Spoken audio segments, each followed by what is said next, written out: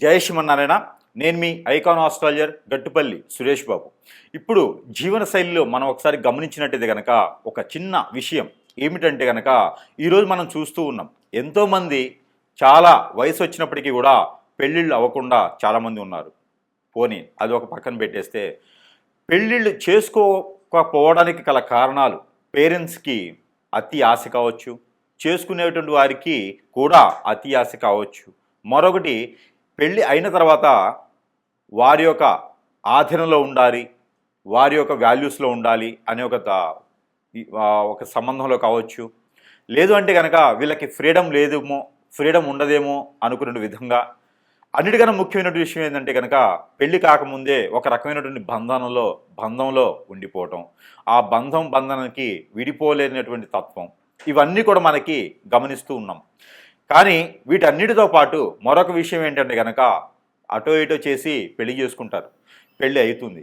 ఈ పెళ్ళి చేసుకోవడానికి కారణాలు పెద్దవారి యొక్క బలవంతం, లేదా పిల్లలు ఇష్టపడి లవ్ మ్యారేజెస్, లేకపోతే ఒక అభిప్రాయాలు ఇంకోరికి నచ్చి చేసుకునేటువంటి విధానం, ఇవి పెళ్లి చేసుకోవడం. ఇకపోతే పెళ్ళి అవుతుంది, అటు ఇటుగానో విడిపోతారు. బంధాలు ఎన్నో ఉన్నా విడిపోతూ ఉంటారు. లవ్ చేసుకుంటారు ఎన్నో సంవత్సరాలుగా, పెళ్లి చేసుకుంటారు, విడిపోతారు. లవ్ చేసుకుంటారు, పెళ్లి చేసుకోకపోయినా విడిపోతూ ఉంటారు. ఇలాగా చాలామంది ఒక్కొక్కరు వాడికి బానిసైపోతూ ఉంటారు. ఈ విడిపోయినటువంటి తత్వంలో చాలా రకాల కారణాలు ఉంటాయి. కులము, మతము, ఆస్తులు, అంతస్తులు, మనస్సు, వేరేక పరిచయాలు, అభిప్రాయాలు, భేదాలు, ఆదాయం, డబ్బులు, పేరెంట్స్ విషయాలు, వాల్యూస్, ఇవన్నీ కూడా మనం చాలా రకాలుగా తీసుకోవచ్చు. దీంట్లో ముఖ్యంగా అటు ఇటు చేసి పెళ్లికి ముందున్నటువంటి బంధాలన్నీ కూడా విడదీసుకోను కొంతమంది పెళ్లి వరకే వస్తారు. ఎందుకు ఇలా చెప్తున్నాను అనుకుంటారా? ముందు ముఖ్యంగా మనకు తెలియాలి కదా, అసలు ఏం నడుస్తుంది సమాజంలో, మనం ఎక్కడున్నాం, అసలు మనం ఎక్కడున్నాం, ఏం చేస్తున్నాం, వాల్యూస్ ఏంటి, సనాతన ధర్మం ఏంటి, అసలు ఈరోజు నడుస్తున్నటువంటి బంధాలేంటి, బంధవ్యాలేంటి, వాల్యూస్ ఏంటి, అసలు మనం ఎక్కడున్నాము అనేది ఒకసారి మనం చూడాలి. భారతదేశానికి ఒక చరిత్ర ఉంది. ఆ చరిత్రలో కుటుంబ వ్యవహారాలకి, ఆచారాలకి, ఒక రకమైనటువంటి వ్యవస్థకి వాల్యూస్ ఉన్నాయి. అటు 7 తరాలు, ఇటు 3 తరాలు అంటారు. అవన్నీ కూడా ఎక్కడికి వెళ్తున్నాం మనం? అవన్నీ ఏమవుతుంది? ఒకప్పుడు మనకి పెళ్ళిళ్ళు స్వర్గలోకంలో నిర్ణయిస్తారు అంటారు. మరి అలాంటి పెళ్ళిళ్ళు మరి ఈరోజు ఏమవుతున్నాయి? పెళ్ళికి ఎంత విలువ ఉంటుంది? సరిపోని పెళ్ళి అటు ఇటు కలిసి ఈరోజు ఉన్నటువంటి జనావళి సమస్యలకి ఒక 30% పెళ్ళి చేసుకుంటూ ఉన్నారు నెమ్మదిగా. ఈ పెళ్లి చేసుకున్న వారు ఎంతవరకు నిలబడుతున్నాయి సంబంధాలు? పెళ్ళి అయ్యి పిల్లలు పుట్టిన తర్వాత విడిపోయేవారు కొంతమంది, పెళ్ళి అయ్యి కూడా ఎమ్మటే విడిపోయేవారు కొంతమంది. వెలిగేషన్స్, పొరుగు, ప్రఖ్యాత, హోదా, డబ్బు అన్నీ పోవటం, ఎన్నో రకాల సమస్యలు ఈరోజు మనం ఎదుర్కొంటున్నాము. ఒక బంధం అనేది ఏర్పడిన తర్వాత దేవుడు నిర్ణయించినటువంటి బంధానికి భార్యాభర్తల బంధం, అలాంటి భార్యాభర్తల బంధాన్ని ఈరోజు మనము హేళన చేయటం, ఈరోజు మనము ఆ భార్యాభర్తల బంధాన్ని ఎక్కడికో తీసుకెళ్ళటం లాంటివి జరుగుతూ ఉన్నాయి. అలాంటి భార్యాభర్తల బంధం విలువ లేకుండా, మరీ గుప్తంగా లేకుండా, విచ్చలవిడితనంతో వ్యవహార పూరితమైనటువంటి విషయాలన్నీ వెలుగు తీస్తూ విడాకులు తీసుకోవడం, విడిపోవడం ఈ రోజుల్లో చాలా పెద్ద ప్రాషన్ అయిపోయింది. భర్త ఏదైనా ఒక మాట అంటే ముందు భార్య తరపునటువంటి పేరెంట్స్ ఒప్పుకోవట్లేదు. మా అమ్మాయికి ఏం తక్కువ, నీకుతో పాటు సంపాదిస్తుంది, ఆమెను ఎందుకనాలి, ఆవిడకో ఫ్రీడమ్ కావాలి. భార్య ఏమనంటే భర్త తరపున ఉన్నటువంటి తల్లిదండ్రులు ఒప్పుకోవట్లేదు. నా కొడుకు ఏం తక్కువ అండి, అమ్మాయితో పాటు సంపాదిస్తున్నాడు, పిల్లల్ని చూసుకునే అవసరం లేదు, మళ్ళీ కోటీసులు ఇచ్చే సంబంధం వస్తుంది. ఇలాంటి వ్యవహారాలతో తల్లిదండ్రులు కూడా ఆలోచించకుండా వారికి చెప్పకుండా ఉన్నటువంటి పరిస్థితి ఏర్పడతా ఉన్నాయి. ఇలాంటి విలువ లేనటువంటి సంబంధాల మధ్యన మరి ఈరోజు ఉన్నటువంటి జీవనశైలి ఎలా ఉంది అంటే కనుక అసలు భార్యాభర్తల బంధం ఎందుకు విడిపోతున్నారు? ఈ రోజుల్లో ప్రత్యేకంగా ఎందుకు విడిపోవాల్సి వస్తుంది? అసలు కారణాలు ఏంటి? అసలు ప్రభుత్వాలు ఏం చేస్తున్నాయి? మన రాజ్యాంగం ఏం చెప్తుంది? అసలు ఈ జీవోలన్నీ ఏంటి? ఎందుకు తీసుకొస్తున్నారు? ఎవరి కోసం ఈ ఫ్రీడమ్స్? ఒకప్పుడు భార్యాభర్తల బంధం బాగలేదా అండి? మన వ్యవహార పూరితలు బాగాలేవా అండి? వారి జీవితకాలం బతకలేదా అండి? మరి ఈ రోజులు ఎందుకు ఎందుకు ఇలా జరుగుతుంది? అసలు ఏం జరుగుతుంది? ఎందుకు విడిపోతారు? జాతకంలో ఏమైనా తప్పులుంటే విడిపోతుంటారా? అలానే వీరి యొక్క నక్షత్ర ప్రకారంగా కంపాటబిలిటీ లేకపోతే విడిపోతూ ఉంటారా? వీరికి కంపాటబిలిటీ సెట్ అవ్వకపోతే విడిపోతారా? లేదా వేరే సంబంధాలు ఏమైనా ఉంటే విడిపోతారా? అసలు ఏ గ్రహము ఏ స్థానంలో ఉంటే ఇలాంటివి జరుగుతూ ఉంటాయి? ఒక్కసారి మనం ఆస్ట్రాలజీ పరంగా కొంత గుప్తంగా విషయాన్ని తెలుసుకునే ప్రయత్నం అయితే మనం చేద్దాము. దాంట్లో ముఖ్యంగా ఈ యొక్క ద్వాదశ రాశుల వారు పెళ్లి చేసుకున్న తర్వాత ఎందుకు విడిపోతారు? అసలు విడిపోయేటువంటి సందర్భం ఏమొస్తుంది? ఏ గ్రహం ఏ స్థానంలో ఉంటేనో, ఏ దశంత దశలు నడిస్తేనో, కంఫర్టబుల్ లేకపోతేనో, లవ్ మ్యారేజ్ వలన, పెద్దల విషయాల వలన అసలు ఎందుకు విడిపోయేటువంటి తత్వం ఎందుకు వస్తుందనే దాని గురించి ఒక్కొక్కసారి రాశి ప్రకారంగా మనం గమనించినట్టయితే కనుక మనకి మరి ద్వాదశ రాశుల్లో ఒకటి కుంభరాశి. ఈ కుంభరాశి వారికి కూడా బంధంలో బాంధవ్యం విడిపోవటం అది ఎలా జరుగుతుందో ఒకసారి గమనించినట్టయితే కనుక మామూలుగా అయితే పెళ్లి చేసుకున్న తర్వాత బాధ్యతగా ఉంటారు కుంభరాశి వారు. పెళ్లి చేసుకున్న వారికి కొంచెం అటు ఇటైనా, వారి మైండ్ సెట్ సరిగా లేకున్నా, వారికి ఏదైనా ఇబ్బందులు ఉన్నా కూడా సర్దుకుపోయే తత్వంతో ఉంటారు కుంభరాశి వారు. అలాంటి కుంభరాశి వారికి కూడా తట్టుకులేని సందర్భంలో ఒక్కొక్కసారి విడాకులు కూడా అవుతూ ఉంటాయి. విడబాటు భారం ఉంటుంది, చికాకులు పరాకులు ఉంటాయి.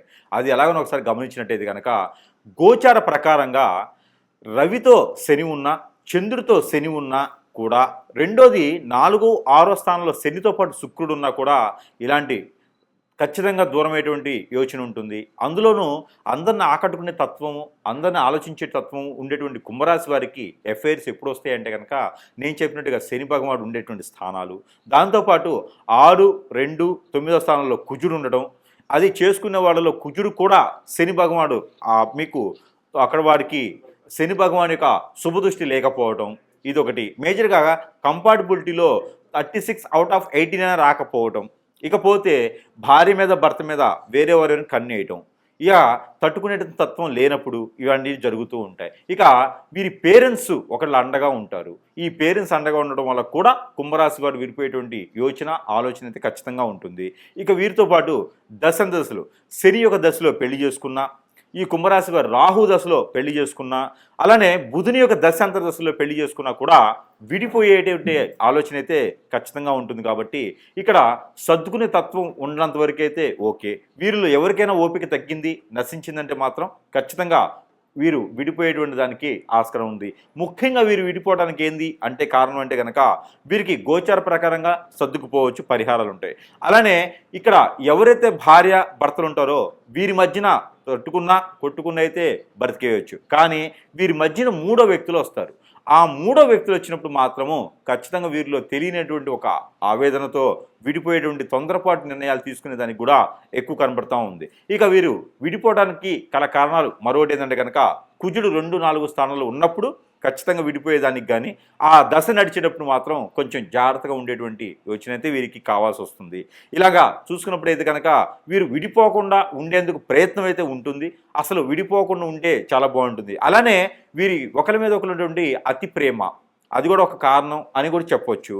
అలానే వీరికి చాకచక్యమైనటువంటి ఆరాధన, ఆలాపన ఎక్కువ ఉంటుంది. అందరూ మనవాళ్ళు అనుకునే తత్వం కూడా ఉంటుంది. కాబట్టి వీరు చేసేటువంటి కార్యాచరణ, వీరు చేసేటువంటి జాబుల పరంగా కూడా విడిపోయేటువంటి అర్థం చేసుకోలేకపోవడం కూడా ఒక కారణం అని కూడా చెప్పొచ్చు. ఇందులో ఏ కారణం వల్లైనా విడిపోయినటువంటి భార్యాభర్తలు కలిపేందుకు ప్రయత్నం చూద్దాం. అలానే ఏ కోర్టులో విషయాలున్నా కూడా ఫైనాన్షియల్గా కూడా విడిపోయేలాగా ఉంది. కాబట్టి ఇన్ని రకాల సమస్యలతో విడిపోతుంటారు. కాబట్టి వీరు కోర్టు వరకు వెళ్ళేటువంటి విడాకుల సమస్య కూడా కొంతమేర వీరు మళ్ళీ కలిసేలాగా ఉండాలి అంటే 3వ వ్యక్తి మధ్యలో రాకూడదు. వీరికి వీరే మాట్లాడుకుంటే కనుక ఎంత పెద్ద సమస్య అయినా సరే పరిష్కారం దొరుకుతుంది. ఆ మేర ప్రయత్నం చేస్తూ ఇక వీరికైతే కనుక ఖచ్చితంగా ఒక ఆరావళి కాటుక ఇది. ఈ కాటుకని ధరించడంతో పిల్లలు, పెద్దలు ఎవరైనా ధరించుకోవచ్చు. మగవారైతే తల మీద, ఆడవారైతే కంటికి పెట్టుకోవచ్చు, అరికాలకు పెట్టవచ్చు పిల్లలకైతే. ఇలా ఈ కాటుకు ధరించుకోవడం వలన ఈ కాటుకు ధరించుకోవడం వల్ల దిష్టి దోషాలే కాకుండా 3వ వ్యక్తి మధ్యలో రాకుండా ఉంటుంది. ప్రేమ, అనురాగం, ఆప్యాయత, బంధం అన్ని రకాలుగా కూడా చాలా బాగుంటుందని చెప్పొచ్చు. ఇక కొంతమంది తట్టుకోలేని వారు, వీరి ఎదుగుదల తట్టుకోలేక, వీరి మధ్యన ఉన్నటువంటి అనురాగం తట్టుకోలేక కొంతమంది వీరి మీద హిప్నాటిజం, బ్లాక్ మ్యాజిక్, వశీకరణ లాంటివి చేస్తారు. అష్టదిబ్బంది లాంటివి చేసి ఇంటిళ్ళ పాది మొత్తం కూడా చెడిపోవాలి, చెట్టుకోగలు గుట్టుకోగలు అవ్వాలని చేస్తూ ఉంటారు. అలాంటివన్నీ కూడా అరికట్టడానికి ఇది ఒక అష్టదిబ్బందుల ముడుపు. ఈ ముడుపు వచ్చేసి వారిది సొంత ఇల్లు నేల మీద ఉంది అంటే ఇండిపెండెంట్ హౌస్ అయితే నేలలోను, లేదా అపార్ట్మెంట్లో ఫ్లాట్ అయితే సింహద్వారాన్ని కట్టుకున్నట్టయితే అన్ని రకాల సమస్యలు కొంతమేర దూరం అయ్యేలాగైతే కనపడుతూ ఉంది. ఇక వీటితో పాటు ఏ వస్తువైనా మీ సమస్యను బట్టి పరిష్కార మార్గం ఉంటుంది. ఏ వస్తువైనా సరసమైనటువంటి ధరల్లోనే మీ చెంతకే చేర్చేటువంటి సదవకాశాలు కూడా మా వద్ద లభ్యపడుతూ ఉన్నాయి. ఇక దీంతో పాటు చిన్న చిన్న పరిహారాలు చేసుకోవడం ద్వారా కూడా ఈ కుంభరాశి వారి మధ్యన ఎఫైర్స్ కానీ ఏదైనా లవ్వులు కానీ ఉంటే సక్సెస్ అవ్వో, ఇక భార్యాభర్తల బంధం నిలబడాలి అంటే కనుక ఏదైనా ఇంకా పెద్ద సమస్య ఉంది, మీ మీద అష్టదిబ్బంది జరుగుతుంది అంటే ఖచ్చితంగా సంప్రదిస్తే దానితో పాటు మీకు పరిష్కార మార్గం కూడా చూపించడానికి ఆస్కారం ఎక్కువగా ఉంటుంది. ఈ యొక్క పరిహారం అయితే మీకోసం. ఇలానే కనుక విడిపోయినట్లయితే కనుక మీకు ఒక చిన్న పరిహారం కూడా చెప్తాను. ఆ పరిహారం చేయండి. కొంతమేర ఇదంతా కూడా గుడ్డిలో మెల్ల అనుకోవచ్చు. అంటే పూర్తిగా కళ్ళు లేని వాళ్ళకి కొంచెం మసలబారిన కళ్ళు ఉండి కళ్ళలో పెట్టుకుంటే ఎలా ఉంటుందో అలాగ పరిహారాలు. ఇంకా పూర్తి దోషాలు పోవాలంటే మాత్రం ఖచ్చితంగా గురువుని కలవాల్సిందే. సమీప దూరంలో గురువుని కలిస్తే మీకున్న పరిష్కార మార్గం అయితే చూపించబడుతుంది. అయితే ముఖ్యంగా ఈ పరిహారం అయితే మీకోసం ప్రయత్నం చేయండి. ఇక ఈ ఒక రాశి వారైతే కనుక మీరు ఏం లేదండి, 5 బావిల నీళ్ళు అని ఉంటాయి, లేదా 5 చెరువుల్లో నీళ్లు తీసుకురావండి, లేదా 5 బోరుల్లో నీళ్లు. 5 ఇళ్లల్లో కాదు, 5 బోరుల్లో లేదా 5 బావిల్లో, బావి చెరువు అంటారు కదా, అట్లాగా 5 వాటిల్లో నీళ్లు తీసుకురావాలి. 5 చెరువుల్లో నీళ్లు తీసుకొచ్చి ఒకటిగా చేయాలి. ఒక దాంట్లో కలుపుకోవాలి. కలిపినటువంటి దాంట్లో కుంకుమ పువ్వు, పన్నీరు, జాజికాయ, జాపత్రి, అనాస పువ్వు, దాల్చిన చెక్క, మిరియాలు, అలానే ఇంగువ, ఇవన్నీ కూడా కలగలిపి ఒక్క తమలపాకులు 2 ఇవి కూడా వేసి మిక్సీ కొట్టాలి. మిక్సీకి వేసి దాన్ని అంతని కూడా పేస్ట్ చేయాలి. ఈ పేస్ట్ చేసింది ఈ పాలలో కలపాలి. తగినంత తేనె కలపాలి. కలిపినటువంటి మిశ్రమాన్ని ఎక్కడైనా సరే దానిమ్మ చెట్టు లేదా సీతాఫల చెట్టు లేదా వేప చెట్టు, రావి చెట్టు, ఈ 2 కలగలిపి ఉన్నటువంటి సమయం అక్కడ స్థలం, వాటిలో గురువారం రోజున, శుక్రవారం రోజున సాయం సంధి వేళలో అభిషేకం చేసి మట్టి ప్రమిదిలో, అభిషేకం అంటే చెట్టు పాదిలో పోయటం, 3 సార్లు తిరుగుతూ పోయాలి. అలానే ఒక పసుపు కలర్ దారం కానీ, 7 పోగులు వేసినటువంటి వైట్ కలర్కి పసుపు రాసినటువంటి దారం కానీ ఆ చెట్టుకు కట్టాలి. 7 పోగులు 7 సార్లు తిరిగి చుట్టూ కట్టాలి. అది వేసి కనుక అక్కడ చెట్టు కింద మట్టి ప్రమిదిలో 2 ఒత్తులేసి ఆవు నెయ్యితో లేదా కోకోనట్ ఆయిల్తో దీపారాధన చేయాలి. లేదా నిమ్మకాయ తొడిమి ఉంటుంది కదా, అది నిమ్మకాయ తొక్క, అదే వెనక తిప్పేసి కోకోనట్ ఆయిల్ వేసి దీపారాధన చేయాలి. ఇలాగా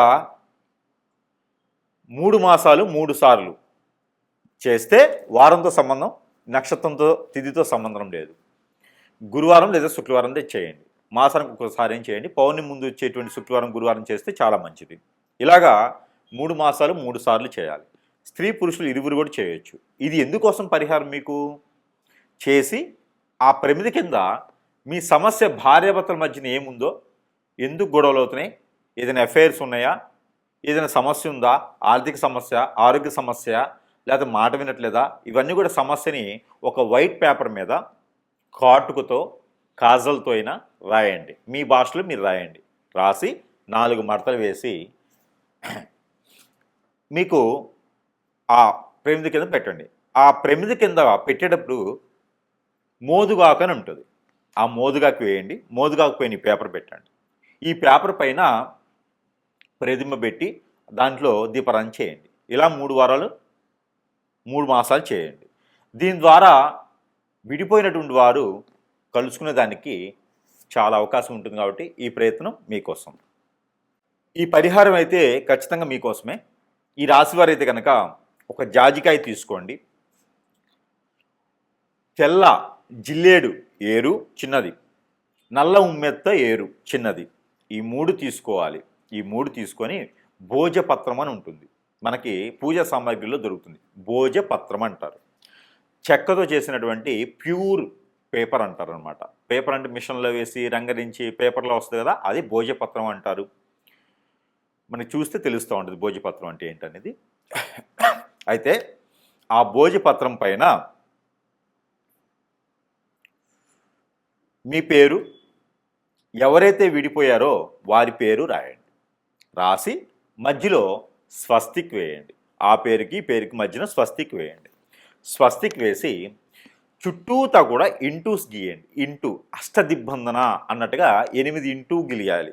8 రకాల ఇంటూలు రౌండ్ వైర్గా గీస్తూ ఉండాలి దానిపైన. అది రెడ్ ఇంక్ పెన్ అయినా, బ్లూ ఇంక్ పెన్ అయినా, బ్లాక్ ఇంక్ పెన్ అయినా రాయొచ్చు. ఆ భోజపత్రం మీద రాసి జాజికాయ, పసుపు కొమ్ములు 2 పోకలు ఒక్కలు, జాజికాయ ఒకటి, దానితో పాటు మీరు ఒక ఎల్లో కలర్ వస్త్రం తీసుకొని దాంట్లో ఒక 3 దోసెట్లు బియ్యం, ఇలా 3 గుప్పెట్లు బియ్యం, దాంట్లో పసుపు, కుంకుమ, గంధం, ముగ్గు, ₹1 కాయిన్, దాంతోపాటు నేను చెప్పినటువంటి పసుపు కొమ్ములు, జాజికాయ, ఒక్కలు ఇవన్నీ కూడా వేసి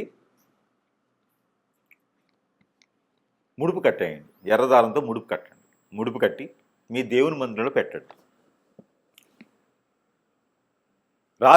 రాసిన రోజున ఇది గురువారం, శుక్రవారం రాయాలి. భార్యాభర్తలు కలవటానికి, ఇది విడిపోయి ఉంటే కలవటానికి గురువారం, శుక్రవారం రోజున ఈ పరిహారం చేసుకోండి.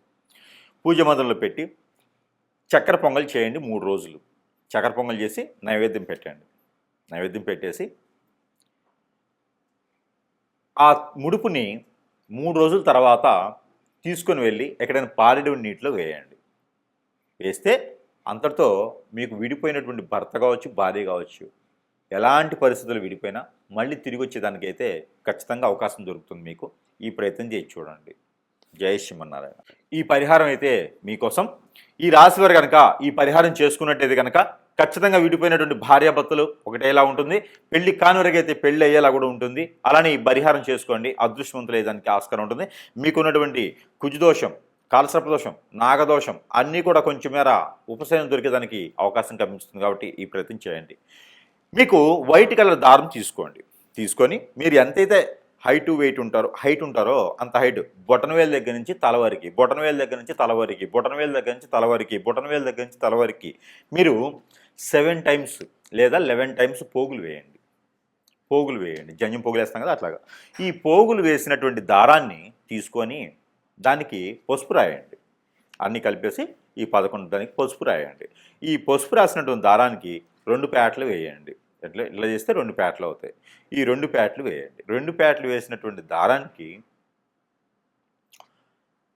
రాగిలో కానీ, పంచలోకాలు కానీ, సిల్వర్లో కానీ 2 పాములు, జంట పాములు ఉంటాయి కదా ఇలాగా పరిగిప్పి, ఈ జంట పాములు ఉన్నటువంటి ప్రతిమ అంటే రూపు ఒకటి తీసుకోండి. ఈ రూపు తీసుకొని ఈ కొలిసినటువంటి దారాన్ని దానికి కట్టేసేయండి.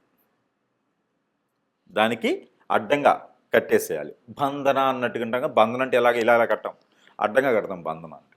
ఈ బంధన అనేది దానికి కట్టేసేయండి. ఈ కట్టినటువంటి దాన్ని మీ తల దగ్గర పెట్టుకొని ఒక 3 రోజులు నిద్ర చేయండి.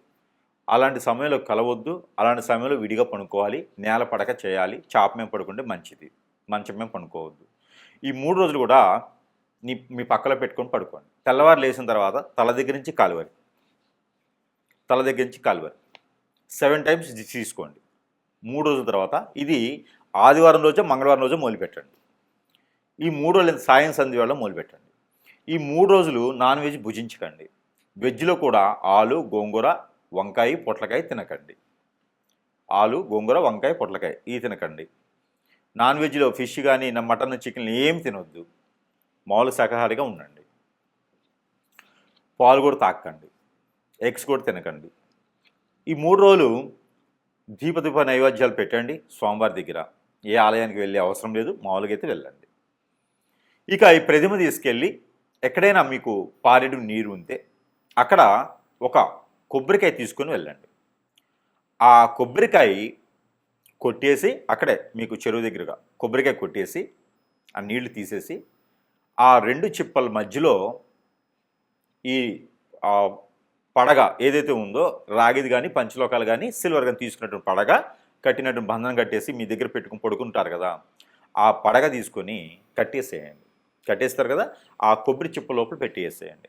పెట్టేసి దానికి నల్లని దారం లేదా ఎర్రని దారం కట్టేసి దాన్ని మళ్ళీ ఫిల్ చేసేసేయండి. 2 అతికిచ్చేసి దాని లోపల ఈ నాగపడిగిలిది పెట్టేసి కట్టేసేయండి.